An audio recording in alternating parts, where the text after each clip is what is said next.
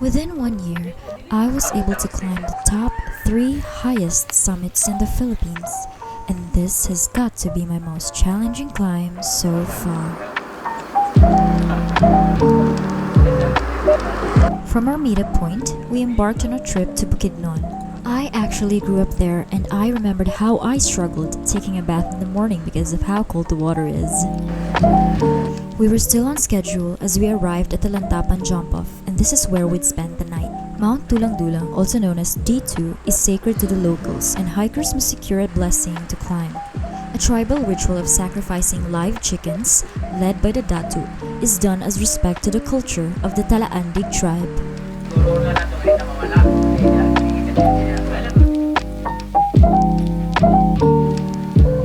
After recharging throughout a cozy night, we are now ready to commence our trek.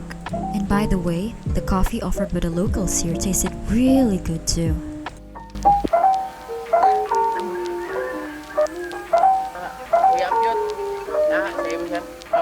An experienced guide led our group as we began ascending.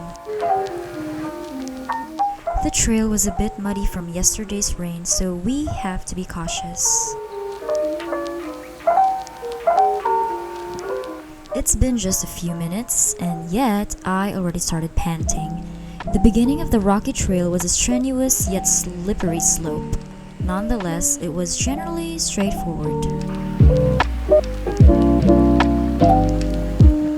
Mount Dulang-Dulang is the highest elevation peak in the Kitanglad mountain range, located in the central north of the Bukidnon province. It is home to a rich variety of flora and fauna. Whenever I see a water source, I take advantage to refill because who knows how far the next water source may be. After a quick breakfast, we continued our trek. In every trekking adventure I have been, I have always wished only one thing, that I would never encounter a snake. So far, thankfully, I have not encountered one yet.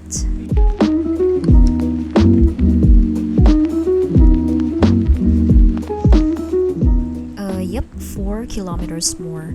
These wayfinding signage help hikers to navigate.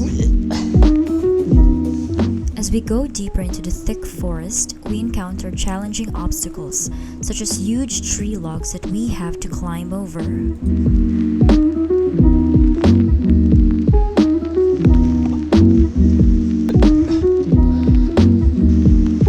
Hours went by, and all I see are tall trees. Everything is covered with moss and fog.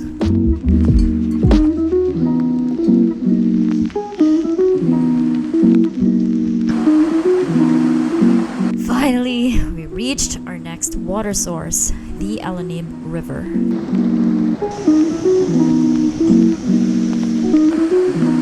As we progress even further, the jungle just gets denser and denser. Time for a quick lunch and some alaksan FR. The technique I've learned from all my major climbs was to take small steps instead of huge strides. That way, I am able to save my energy.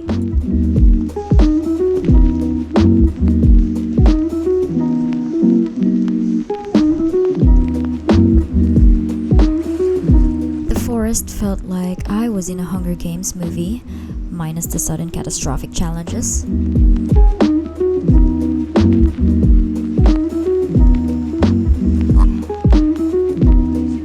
It was all going well for me, but then the rain started pouring again. I felt a bit nauseous, like any minute I might collapse. But thankfully, the odds were in my favor. Finally, we reached the summit campsite. We were not able to assemble our tents until the rain stopped an hour later. What a tiring day. Time to rest and recover.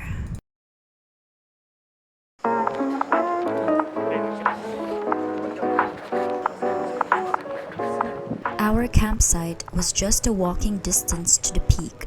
so we were able to capture the beautiful early morning. At the viewing deck of Mount Dulang-Dulang, a majestic view of mountain ranges and clouds, framed with greeneries and shrubs, await, just like looking at a masterpiece. Finally made it to the second highest peak in the Philippines!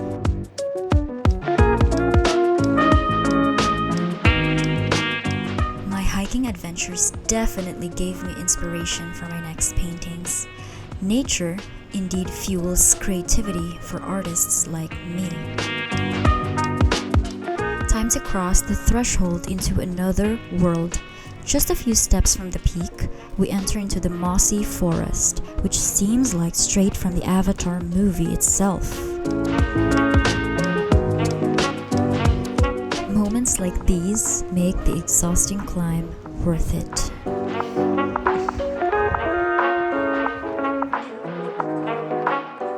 After taking a ton of photos and videos, we then had our breakfast.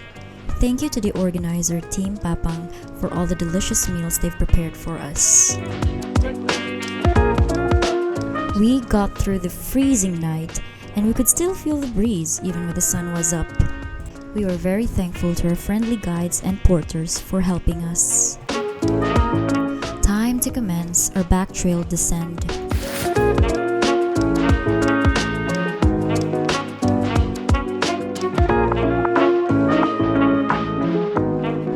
Our backtrail descent was exhausting, to say the least, as the rain started pouring again.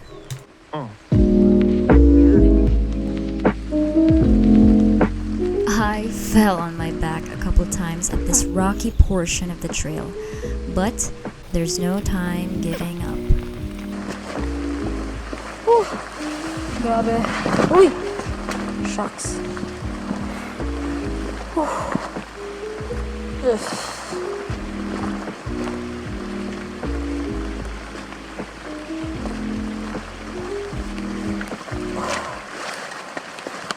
Extreme. Damn it. As we arrived at the jump off, we then prepared and headed back home.